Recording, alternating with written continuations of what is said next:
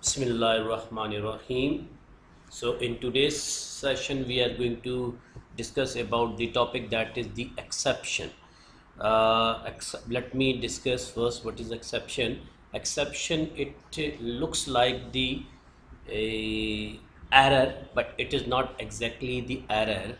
For example, as we said, the constructor is it looks like the method, but it is not a method. In the same way over here, exception, it looks like the error, but it is not error. There are some differences between the exception and the error, which we discuss later on, but at this point of the time we are discussing the exception. Okay, so exception means some disturbance, some break, or some hurdle in the flow of the program, right, when we execute it. Okay, so let's see what is that, what does we mean by that. Now look here, in the first point we are asking, an exception is an unwanted event that interrupts the normal flow of the program. For example, you are writing a program, or you have written a program. Now you are going to execute that program. Simple program. For example, you people have written a program to get the sum of the five different numbers. Okay, so you used different line of the code to achieve that. After writing that code, now assume you are going to compile that. Okay, so when you compile, so there may be the exception occurs. If that occurs, so it is actually the unwanted event in the program which interrupt the normal flow of the program. Now what sort of that an event, or what an exception we may have in the flow of the program? For example, you people are giving the option to the user of the program that she has to enter five different numbers, means five different inputs in the form of the numbers. Okay, first number entered in the form of the number, second number entered in the form of the number, third number entered in the form of the number, fourth number entered in the form of the number, while by mistake the fifth number entered as a alphabet. Okay, or by misunderstanding an alphabet key is pressed by the user. So what happened over here, four numbers, they were the required numbers, digits, while the fifth was, which was expected by the user to enter as a digit, but they unfortunately by mistake they entered the character.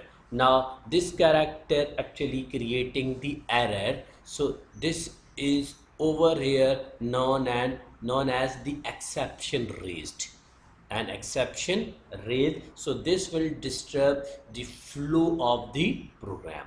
So we have this example to get the idea of the exception. Now the next point, it says, when an exception occurs, program execution gets terminated. Yes, when you people were supposed to enter the fifth input as a number, but you entered as a character, so your program will be terminated. Mean you will shut you will get the termination of your program. Your program is terminated from the running mode. Let me quote here another example. For example, you might have experienced that when you people were trying to get login yourself in the different website. So in the different website, you are supposed to enter there, let's say, email address. Okay, email address or the ID. By mistake, you could not enter the ID or the what should we say, um, the password. So you are not allowed to get enter in the website. But In that case, you are not terminated from the program is still there. You might have some message. What is that? We see later on. Okay, in the third point we say in such cases we get a system generated error message. Yes, yes, when we have error, okay, or exception due to the unwanted event occurred, so a message generated error you may accept. Now what is the message, system generated message or the error we are getting? For example, we have experience when we were working with the different classes in the previous classes, when we did any mistake and we execute the program, so you might have seen that you are getting a message in the form of the red text or in the red font size, okay, red font color in the console portion. So the message was generated by the system and that was the error message. Same message we have in the form of the exception. Now, by handling the exception, we can provide a meaningful message to the user about the issue rather than a system generated message which may not be understandable to a user.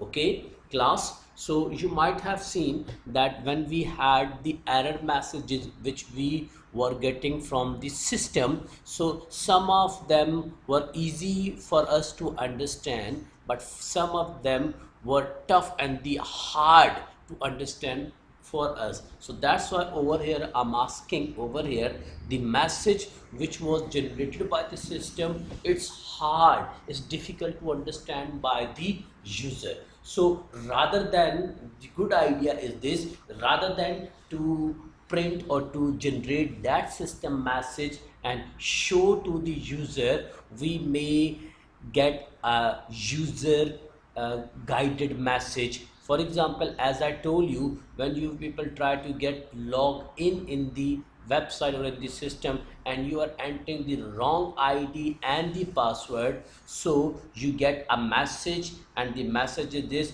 that you have entered the irrelevant ID or the password. Now look here, the window, the pop-up which appears on the screen carrying this message that you have entered the irrelevant ID or the password. This is the exceptional handling.